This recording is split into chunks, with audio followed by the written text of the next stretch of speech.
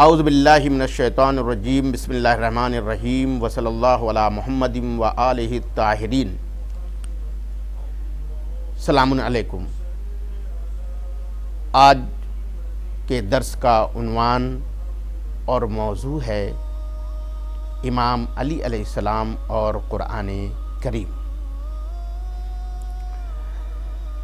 قرآن مجید اور امام علی علیہ السلام میں بہت گہرا رشتہ ہے۔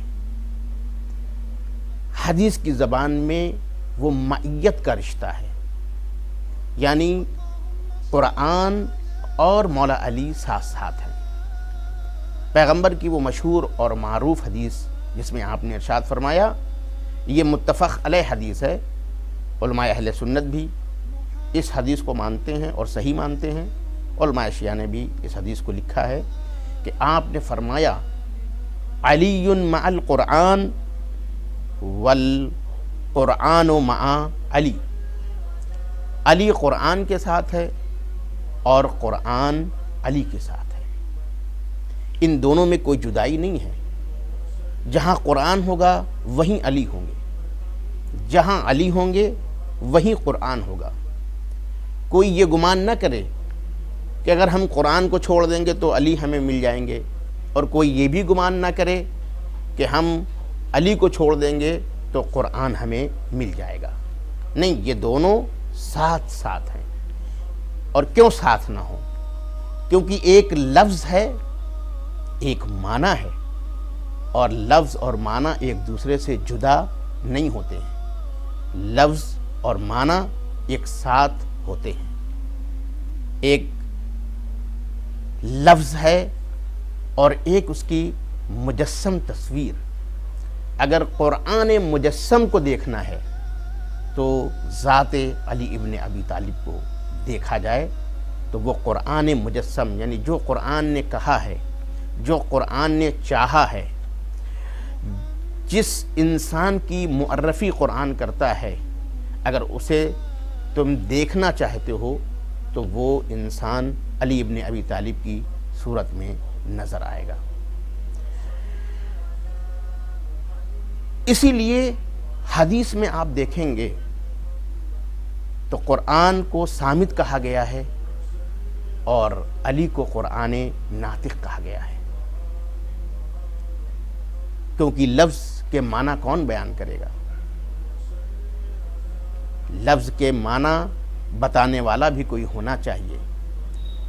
اسی لیے مولا کائنات نے خود اپنے بارے میں ارشاد فرمایا ہے، اور ولی اللہ محدث دہلوی اپنی مشہور کتاب ازالۃ الخفا میں یہ لکھتے ہیں کہ حضرت مرتضیٰ نے یہ فرمایا کہ یہ قرآن خاموش ہے اور میں بولنے والا ہوں۔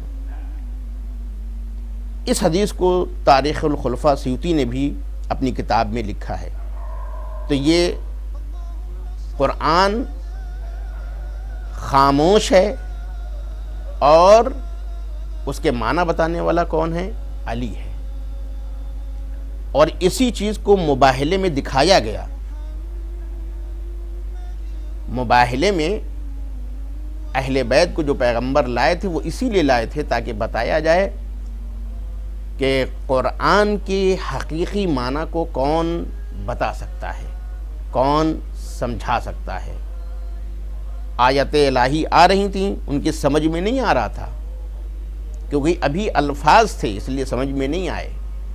لیکن جب پیغمبر الفاظ کے بجائے معنی کو لے کر کے سامنے آئے تو وہی نصارہ ہیں، وہی نجران کے عیسائی ہیں، لیکن اب وہ مباہلہ کرنے کے لیے تیار نہیں ہیں۔ تو یہ مباہلے میں مولائے کائنات نہیں لائے جا رہے ہیں، بلکہ دکھایا جا رہا ہے کہ الفاظ کے معنی کو اگر سمجھنا ہے، بلکہ بتایا جا رہا ہے کہ الفاظ کے معنی کو اگر سمجھنا ہے تو ان ذوات مقدسہ کے ذریعے سے قرآن مجید کو سمجھا جا سکتا ہے۔ اسی لیے قرآن مجید کی جو حقیقی تفسیر اور تعویل ہے وہ مولائے کائنات کے بغیر انسانوں کے سامنے نہیں آ سکتی ہے۔ اگر کوئی انسان راسخون فی العلم کا مصداق ہے تو وہ علی ابن ابی طالب ہیں۔ خود قرآن مجید میں اس نقطے کی طرف اشارہ کیا گیا ہے کہ وما یعلم تعویلہ الا اللہ والراسخون فی العلم، قرآن کی تعویل کو کوئی نہیں جانتا ہے۔ تعویل یعنی حقیقی مراد، حقیقی معنی، حقیقی مطلب کو کوئی نہیں جانتا سوائے اللہ کے اور ان لوگوں کے کہ جو راسخون فی العلم ہیں۔ اور راسخون فی العلم سے مراد اہل بیت ہیں، محمد اور آل محمد ہیں۔ اسی لیے خود مولائے کائنات نے، اور یہ اہل سنت کی معتبر کتابوں میں حدیث نقل ہوئی ہے، یا نابع المودت میں محمد سلیمان حنفی تحریر فرماتے ہیں کہ آپ نے فرمایا کہ وہ لوگ کہاں ہیں، یعنی مولائے کائنات نے فرمایا کہ وہ لوگ کہاں ہیں جو ہمارے سوا راسخون فی العلم ہونے کا دعویٰ کرتے ہیں۔ یعنی اس کا مطلب ہے کہ مولائے کائنات کہنا چاہتے ہیں کہ ہمارے علاوہ، ہم اہل بیت کے علاوہ کوئی راسخون فی العلم کا مصداق نہیں ہے۔ تو اب تعویل قرآن اور حقیقی قرآن کا مطلب اگر سمجھنا ہے تو اس کے لیے در علی پر آنا پڑے گا۔ کیوں آنا پڑے گا؟ کیونکہ مولائے کائنات کی ذات جو ہے وہ ابتدا سے لے کر کے انتہا تک نزول قرآن کی شاہد ہے۔ جب سب سے پہلی وحی نازل ہوئی تو اس کا شاہد کون ہے، اس کا گواہ کون ہے؟ نہج البلاغہ میں مولا علی علیہ السلام ارشاد فرماتے ہیں کہ جب پیغمبر پر پہلی وحی نازل ہوئی اور جبریل امین نے سورہ علق کی ابتدائی آیتوں کو آپ کی خدمت میں پیش کیا تو میں اس وقت موجود تھا، اور میں نے پیغمبر سے کہا کہ جو آپ دیکھ رہے ہیں وہی میں دیکھ رہا ہوں، جو آپ سن رہے ہیں وہی میں سن رہا ہوں۔ تو پیغمبر نے پلٹ کر کے تصدیق کی کہ ہے علی، ہاں علی، تم جو میں دیکھ رہا ہوں وہی تم بھی دیکھ رہے ہو، جو میں سن رہا ہوں وہی تم بھی سن رہے ہو، لیکن مجھے نبی بنایا گیا ہے۔ اور میں کہتا ہوں کہ کیوں ایسا نہ ہو کہ جو رسول دیکھ رہے ہیں وہ علی بھی دیکھیں، اور جو رسول سن رہے ہیں وہ علی بھی سنیں۔ یہ تو ہو ہی نہیں سکتا کہ آدھا نور سنے لیکن آدھا نور نہ سنے، آدھا نور دیکھے اور آدھا نور نہ دیکھے۔ وہ دونوں ایک ہی نور کے ٹکڑے ہیں، ان کی سنخیت، ان کی حقیقت ایک ہے۔ لہذا بس فرق اتنا تھا کہ رسول کو نبی بنایا گیا، لیکن مولا علی کو نبی نہیں بنایا گیا بلکہ ان کا وصی اور جانشین بنایا گیا۔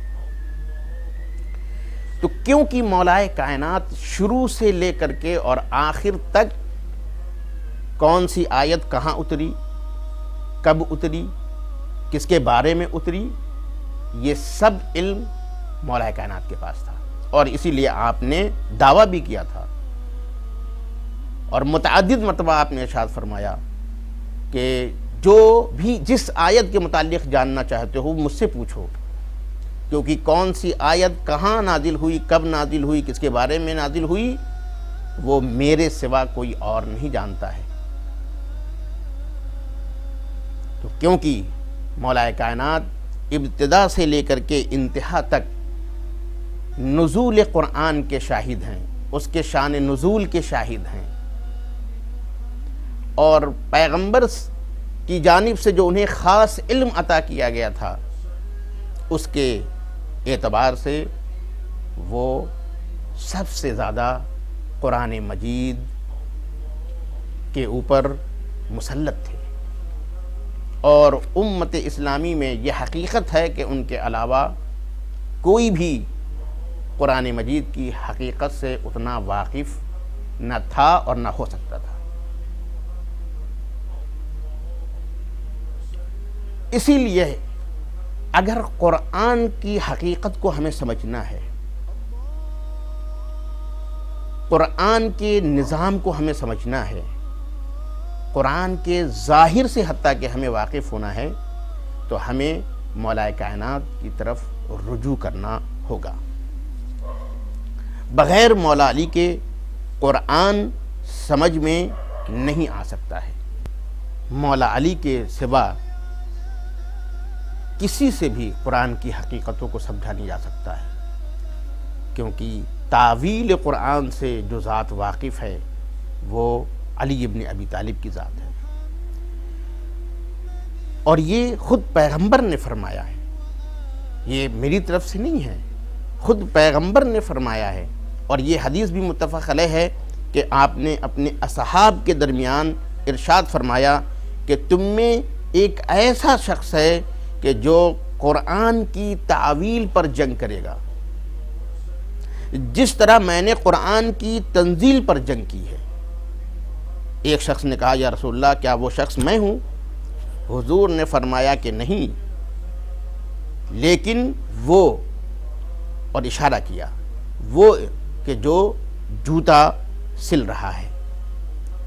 در حقیقت اس وقت مولا کائنات پیغمبر اکرم کے جوتے کو سل رہے تھے، لہذا آپ نے ان کی طرف اشارہ کیا کہ کوئی اور نہیں ہے بلکہ وہ علی ابن ابی طالب ہیں۔ اور حقیقت یہی ہے کہ تنزیل قرآن کی جنگ میں بھی مولا علی رسول کے ساتھ ہے، اور تعویل کی جنگ میں مولا علی، اور حقیقت یہ ہے کہ جو آج بھی مولا علی کے پیروکار ہیں وہ در حقیقت تعویل کی جنگ ہی کر رہے ہیں۔ آج جو بھی اختلاف ہے، جو بھی فساد ہے، وہ یہی تو ہے کہ قرآن کے غلط معنی کیے جا رہے ہیں، قرآن کی غلط تفسیر کی جا رہی ہے، قرآن کی غلط تعویل کی جا رہی ہے۔ جو بھی، چاہے وہ علمی اختلاف ہو یا سماجی اختلاف ہو یا کسی بھی قسم کا اختلاف ہو، وہ کس وجہ سے ہے؟ کیونکہ انسان نے قرآن کو غلط طریقے سے پیش کیا ہے۔ اور اگر آپ دیکھیے تو تعویل کی جنگ مولا کائنات کے ذمے تھی، اور آج اگر آپ دنیا کے نقشے پہ نگاہ ڈالیں تو تعویل کی جنگ علی کے چاہنے والے ہی کر رہے ہیں۔ تو اس سے پتہ چلتا ہے کہ پیغمبر کی نگاہ میں قرآن مجید کے حقیقی معنی سے کوئی اور واقف نہیں ہے۔ جناب عبداللہ ابن مسعود جو بہت ہی اہم ترین صحابی ہیں پیغمبر کے، وہ مولا کائنات کے سلسلے میں فرماتے ہیں کہ قرآن مجید 7 حرفوں میں نازل ہوا ہے، اس قرآن کا ایک ظاہر ہے اور ایک باطن ہے۔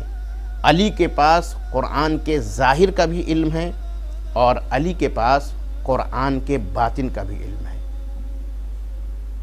قرآن مجید سے مولا کائنات کا اس قدر گہرا تعلق ہے کہ ظاہر قرآن بھی کسی اور سے نہیں ملے گا، علی سے ملے گا، اور باطن قرآن تک اگر کوئی پہنچنا چاہتا ہے تو اس کا بھی دروازہ علی ابن ابی طالب ہے۔ اور حقیقت بھی یہی ہے کہ جو شہر علم کا دروازہ ہو وہی قرآن کے حقیقی معنی و مفہوم سے انسان کو آگاہ کر سکتا ہے۔ اور یہ عجیب بات ہے کہ اگر ہم تاریخ کی طرف رجوع کریں تو ہم دیکھیں گے کہ مولا کائنات نے قرآن کے ظاہر کی بھی خدمت کی ہے اور قرآن کے باطن کی بھی خدمت کی ہے۔ اگر مولا کائنات نہ ہوتے تو قرآن کا ظاہر بھی ہمیں نصیب نہ ہوتا اور قرآن کے حقیقی معنی و مفہوم سے بھی ہم آگاہ نہیں ہوتے۔ مولا کائنات لفظ جو ہمیں حاصل ہوا یہ بھی مولا کائنات کے توسط سے، معنی و مفہوم اور تفسیر بھی اگر ہمیں حاصل ہوئے تو کس کے ذریعے سے؟ مولا کائنات علی ابن ابی طالب سے۔ مولا کائنات نہ صرف یہ کہ قرآن مجید کی آیات کے نزول کے شاہد ہیں، بلکہ بحکم رسول آپ ہی قرآن مجید کے کاتب ہیں۔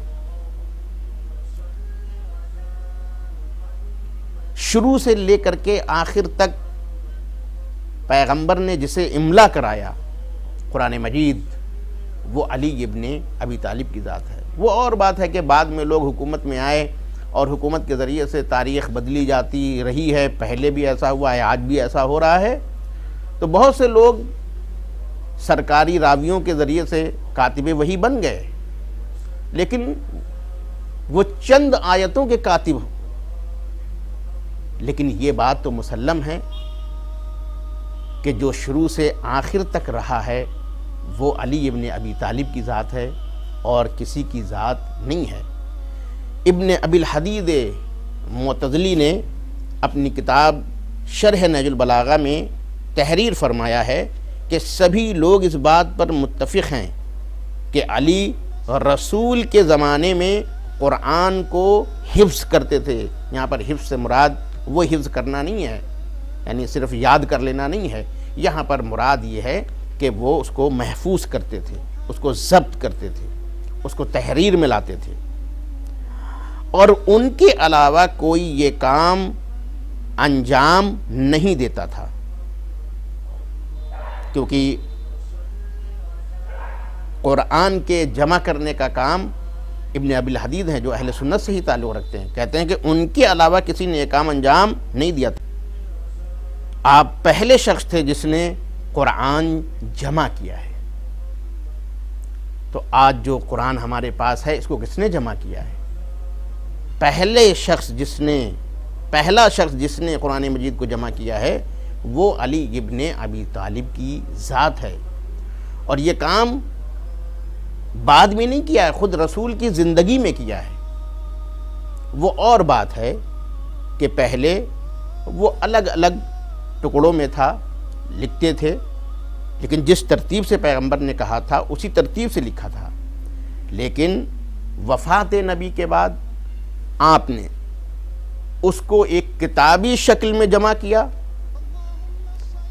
تاکہ الگ الگ اوراق نہ رہیں، اور پیغمبر کی تفسیر کے مطابق نہ صرف یہ کہ آیات لکھی گئیں بلکہ جو پیغمبر نے معنی بتائے تھے وہ بھی مولا کائنات نے انجام دیا۔ اس لیے سب سے پہلے جس نے قرآن کو جمع کیا اور اس کی تفسیر اور تشریح کی وہ علی ابن ابی طالب ہے۔ لہذا روایات میں ہے کہ اکرمہ کہتے ہیں کہ جب ابو بکر کی بیعت ہوئی تو علی ابن ابی طالب خانہ نشین ہو گئے۔ عمر ابن خطاب نے ان سے ملاقات کی اور کہنے لگے کہ آپ نے خلافت سے روگردانی کیوں کی؟ تو مولا علی نے فرمایا کہ جب سے پیغمبر کی وفات ہوئی ہے میں نے قسم کھایا ہے کہ سوائے واجب نماز کے اپنے دوش پر ردا نہ ڈالوں۔ کب تک نہ ڈالوں؟ جب تک کہ میں قرآن کو جمع نہ کر لوں، کیونکہ میں ڈر رہا ہوں کہ کہیں قرآن میں تبدیلی نہ ہو جائے۔ تو آپ نے دیکھا کہ جو کام انہوں نے رسول کی زندگی میں نے پہلے بھی یہ بات عرض کی کہ قرآن کو مولا کائنات نے پیغمبر کی زندگی میں لکھا تھا، لیکن وہ الگ الگ ٹکڑوں میں تھا۔ وفات پیغمبر کے بعد مولا کائنات نے اس کو ایک کتابی شکل میں جمع کیا اور اس کی تفسیر بھی، اور پیغمبر نے جو اس کے معنی بیان کیے تھے اس کو بھی آپ نے اس میں تحریر کیا۔ اس لیے ہم نے کہا کہ سب سے پہلے جس نے قرآن مجید جمع کیا وہ علی ابن ابی طالب کی ذات ہے۔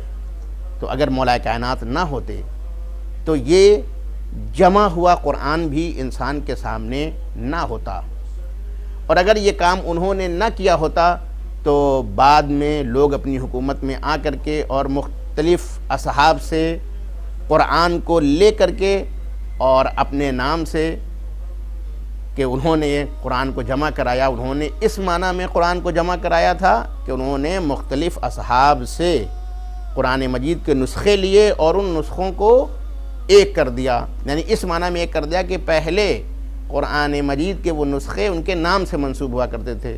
مثلا کہا جاتا تھا عبداللہ بن مسعود کا قرآن، مگر وہ قرآن عبداللہ بن مسعود کا تو نہیں تھا، مگر یہ کہ ان کے پاس تھا اور وہ اللہ کا کلام تھا، لیکن کیونکہ وہ آیات ان کے یہاں تھیں لہذا وہ ان کی طرف نسبت دی جاتی تھی۔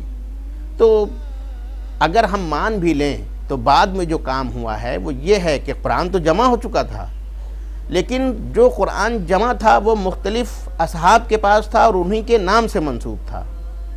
بعد میں انہوں نے اپنے نام سے کارنامے کو منسوب کرنے کے لیے انہوں نے یہ کیا کہ تمام اصحاب سے ان کے قرآن کو لے لیا اور اس کے بعد پھر اس کو جمع کر کے اور اپنے نام سے انہوں نے گویا ایک صحرا باندھ دیا کہ انہوں نے قرآن مجید کو جمع کیا، جبکہ حقیقت یہ ہے کہ خود پیغمبر نے اپنی زندگی میں یہ کام کیا تھا، ورنہ پھر جو اپنے کو کاتبان وحی کی فہرست میں لکھوا رہے ہیں وہ کس لیے لکھوا رہے ہیں؟ اگر یہ کام پیغمبر کی زندگی میں نہیں ہوا تھا تو پھر یہ کاتبان وحی آ کہاں سے گئے؟ تو کاتبان وحی اور اس لسٹ میں اپنے نام کا اضافہ کروانا اس بات کی دلیل ہے کہ یہ کام خود پیغمبر کے زمانے میں ہوا تھا۔ اور ہم نے کہا کہ مولا کائنات نے پیغمبر کے زمانے میں ان کے حکم کے مطابق شروع سے آخر تک اس کام کو انجام دیا تھا، لیکن وفات نبی کے بعد انہوں نے یہ ضرورت محسوس کی کہ اس کے معنی کو بھی اور اس کے مفہوم کو بھی جو پیغمبر نے بیان کیا ہے اس کو بھی تحریر کیا جائے، کیونکہ آپ جانتے ہیں دنیا میں کبھی ایسا ہوتا ہے کہ قانون کے الفاظ ہوتے ہیں لیکن اختلاف قانون کے معنی میں ہو جاتے ہیں۔ کوئی آدمی کہتا ہے کہ اس سے مراد یہ ہے، اس سے مراد یہ ہے۔ مولا کائنات یہی چاہتے تھے کہ پیغمبر کی تفسیر کو بیان کر دیا جائے تاکہ معنی کے سلسلے میں بھی کوئی اختلاف نہ ہونے پائے۔ تو بہرحال سب سے پہلے جس نے قرآن مجید کو شروع سے لے کر کے آخر تک جمع کیا وہ علی ابن ابی طالب کی ذات تھی۔ تو ہم نے کہا کہ اگر ظاہر قرآن ہم تک پہنچا ہے تو وہ بھی کسی اور کے ذریعے سے نہیں پہنچا ہے، وہ بھی علی ابن ابی طالب کے ذریعے سے پہنچا ہے۔ ایک اہم نقطہ جس کی طرف میں اشارہ کرنا چاہوں گا وہ یہ ہے کہ قرآن کے ظاہری پڑھنے کے لیے بھی مولا کائنات نے ایک طرف تو نہ صرف یہ کہ قرآن کو جمع کیا بلکہ پہلے جو عرب کا رسم الخط تھا اس میں نقطے نہیں ہوا کرتے تھے، اور اس کی وجہ سے بھی بہت سی خرابیاں پیدا ہوتی تھیں، کیونکہ آج جو آپ دیکھتے ہیں کہ بعض معصومین کی ولادت کی تاریخ میں اختلاف ہے وہ اسی لیے ہوتی ہے کیونکہ پہلے عربی رسم الخط میں نقطے نہیں ہوتے تھے۔ تو مثلا فرض کریں کہ ایک آدمی ایک عدد کو 70 پڑھ سکتا ہے، اسی کو 90 بھی پڑھ سکتا ہے، کیونکہ نقطے تو ہوتے نہیں تھے۔ تو جب ہوتے نہیں تھے تو اگر 70 پڑھ لیا تو اس کے معنی 70 ہو گئے۔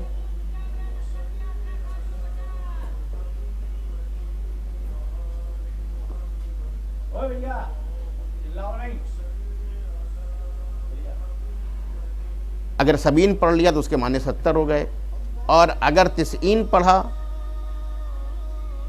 تو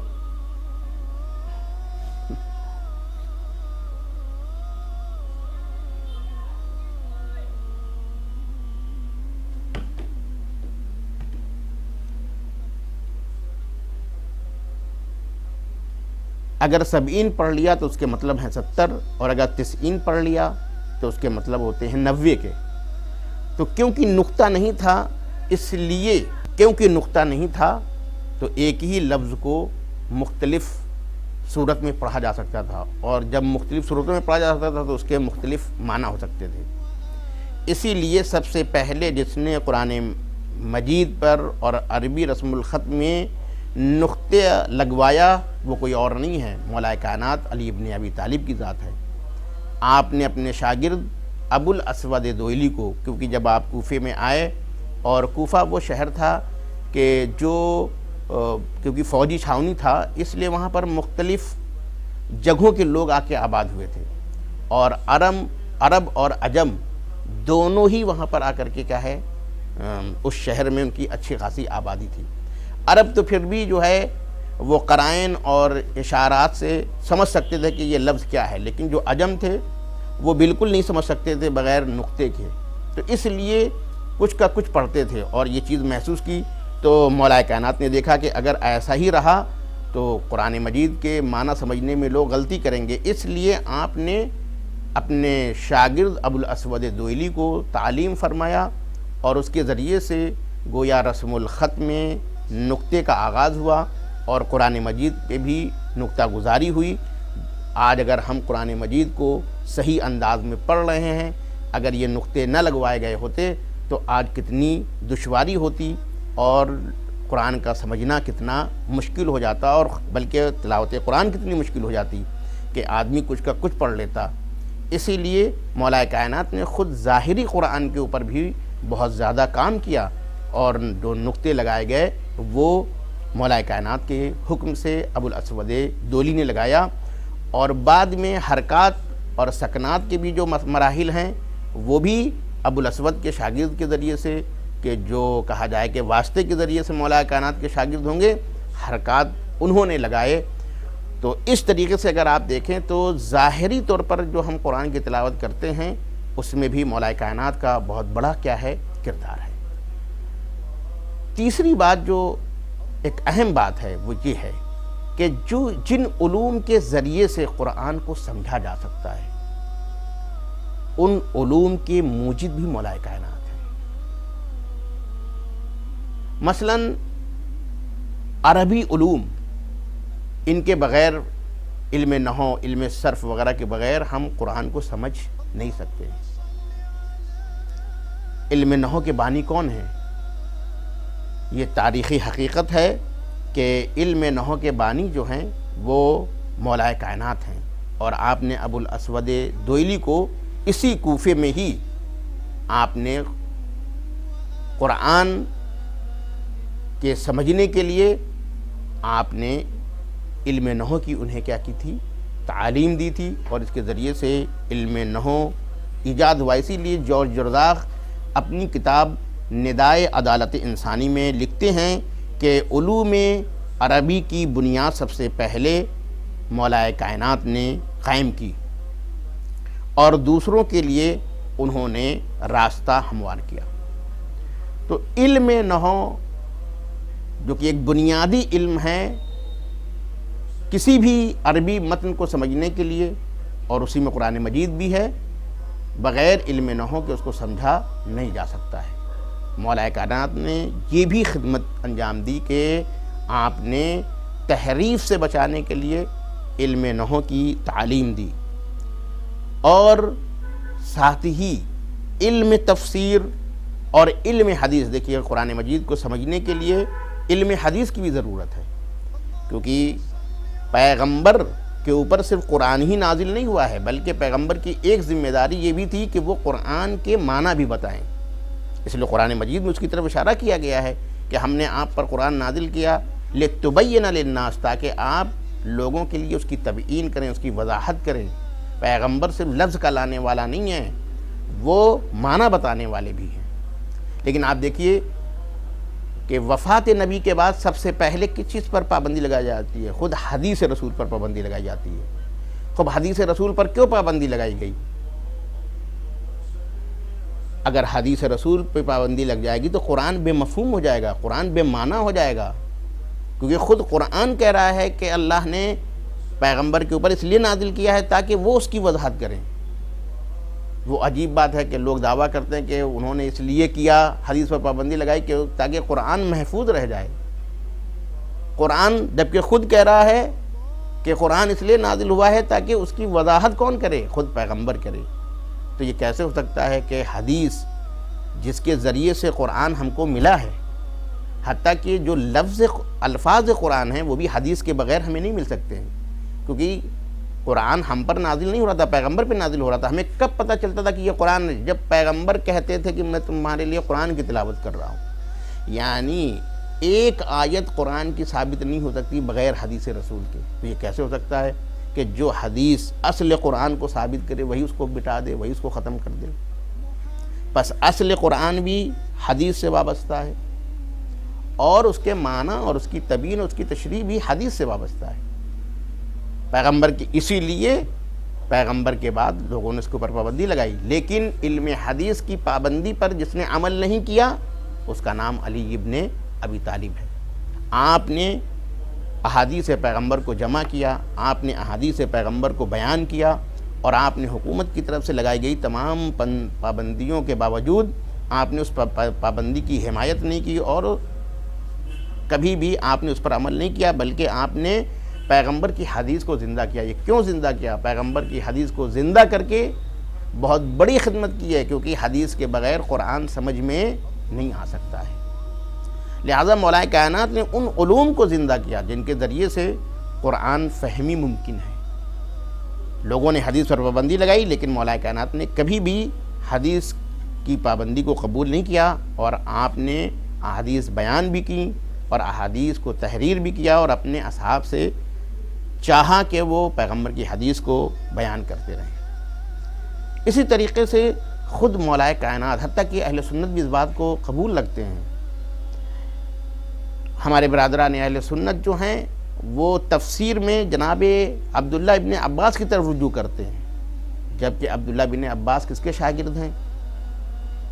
مولا کائنات کے شاگرد ہیں۔ خود اہل سنت قبول رکھتے ہیں کہ وہ عبداللہ بن عباس مولا کائنات کے شاگرد ہیں۔ اب وہ اور بات ہے کہ کون شاگرد سے لیتا اور کون استاد سے لیتا ہے۔ یہ ابن عباس وہ ہیں کہ جو مولا کائنات کے بارے میں کہتے ہوئے نظر آتے ہیں کہ جب ان سے پوچھا گیا کہ آپ کا علم آپ کے ابن ابن کے مقابل کیسا ہے، تو کہا جیسا ایک قطرہ سمندر کے مقابل میں۔ تو اب کوئی سمندر سے لے اور کوئی قطرے سے لے، یہ اس کی قسمت ہے، لیکن یہ تو مسلم علیہ بات ہوئی کہ چاہے شیعوں کی طرف سے آپ دیکھیں اور چاہے اہل سنت کی طرف سے دیکھیں۔ خب ہم تو اہل بیت سے قرآن کے معنی لیتے ہی ہیں، لیکن وہ عبداللہ بن عباس سے لیتے ہیں، اور عبداللہ بن عباس کس کے شاگرد ہیں؟ مولا کائنات کے شاگرد ہیں۔ یہی وجہ ہے کہ عبداللہ بن عباس بیان کرتے ہیں کہ ایک شب میں سورہ حمد کی تفسیر مولا کی خدمت میں حاضر ہو کر کے سن رہا تھا کہ پوری رات ختم ہو گئی، لیکن سورہ حمد کی تفسیر مکمل نہیں ہوئی، یہاں تک کہ صبح کا وقت آ گیا، اور مولا کائنات نے پھر سورہ حمد کی تفسیر روکی۔ یعنی رات بھر صرف تفسیر کاہے کی کرتے رہے؟ سورہ حمد کی تفسیر کرتے رہے۔ اس کے بعد آخر میں وہ بہت ہی اہم نقطہ جو آپ برابر سنتے ہیں کہ آپ نے ارشاد فرمایا کہ اے ابن عباس، جو کچھ پورے قرآن میں ہے وہ سورہ حمد میں ہے، جو سورہ حمد میں ہے وہ بسم اللہ میں ہے، اور جو بسم اللہ میں ہے وہ بے میں ہے، اور جو بے میں ہے وہ بے کے نقطے میں ہے، اور میں جو ہوں اس بے کے نیچے جو نقطہ ہے وہ میں ہوں۔ تو آپ نے دیکھا سب سے پہلے جس نے تفسیر کی اور تفسیر کی تعلیم دی وہ کوئی اور نہیں ہے، وہ مولا کائنات کی ذات ہے۔ تو اس طریقے سے ہم کہہ سکتے ہیں کہ مولا کائنات نے اپنی کاوشوں سے ظاہر قرآن پر بھی کام کیا اور باطن قرآن پر بھی کام کیا۔ اگر آپ نہ ہوتے تو یہ قرآن جو جمع صورت میں آج سامنے ہے نہ ہوتا، اگر آپ نہ ہوتے تو یہ جو نقطے قرآن کے اوپر ہیں، یہ جو اعراب لگائے گئے ہیں، یہ نہ ہوتے، اور جب یہ نہ ہوتے تو ہم ظاہری تلاوت بھی ہم آسانی سے نہیں کر سکتے تھے۔ اگر علم نحو نہ ہوتا علوم عربی نہ ہوتے، اگر علوم حدیث نہ ہوتا، اگر آپ نے تفسیر قرآن کو انجام نہ دیا ہوتا اور اس میں اپنے شاگردوں کی پرورش نہ کی ہوتی تو یہ کام بہت مشکل تھا۔ اسی لیے پیغمبر نے جو فرمایا تھا کہ علی مع القرآن والقرآن مع علی، علی قرآن کے ساتھ ہے اور قرآن علی کے ساتھ ہے، تو آپ دیکھیں ہر اعتبار سے یہ دونوں ایک دوسرے کے ساتھ ہیں، اور جس طریقے سے قرآن ہادی ہے اسی طریقے سے مولا علی ہادی ہیں، جس طریقے سے قرآن گمراہی سے بچاتا ہے اسی طریقے سے مولا علی بھی گمراہی سے بچاتے ہیں۔ اسی لیے مشہور اور معروف حدیث میں پیغمبر نے آخری وقت میں کچھ اور نہیں چھوڑا تھا بلکہ دو ہی چیزیں چھوڑی تھیں، اور فرمایا تھا انی تارکن فیکم الثقلین، میں تمہارے درمیان دو چیزیں چھوڑے جا رہا ہوں، کتاب اللہ و اطرتی، ایک اللہ کی کتاب ہے اور ایک میرے اطرت ہے۔ ما ان تمسکتم بہما لن تضلوا بعدی ابدا، اگر تم ان دونوں سے متمسک رہو گے تو کبھی گمراہ نہیں ہوگے۔ تو حقیقت یہی ہے کہ اگر قرآن کو حاصل کرنا ہے تو علی کے در پہ آنا پڑے گا، اور اگر علی کے در پہ پہنچنا ہے تو قرآن سے متمسک ہونا پڑے گا۔ اگر ان دونوں سے متمسک رہیں گے تو کبھی گمراہ نہیں ہوں گے، کیونکہ ایک لفظ ہے اور ایک معنی ہے، لفظ معنی کے بغیر نہیں رہ سکتا اور معنی کو لفظ کے بغیر سمجھایا نہیں جا سکتا ہے۔ تو یہ وہ خدمات تھیں جو مولا کائنات نے قرآن کے بارے میں کی، اور ہمیں چاہیے کہ ہم دونوں سے متمسک رہیں تاکہ دنیا میں بھی کامیاب ہوں اور آخرت میں بھی کامیاب ہوں۔ والسلام علیکم ورحمۃ اللہ وبرکاتہ۔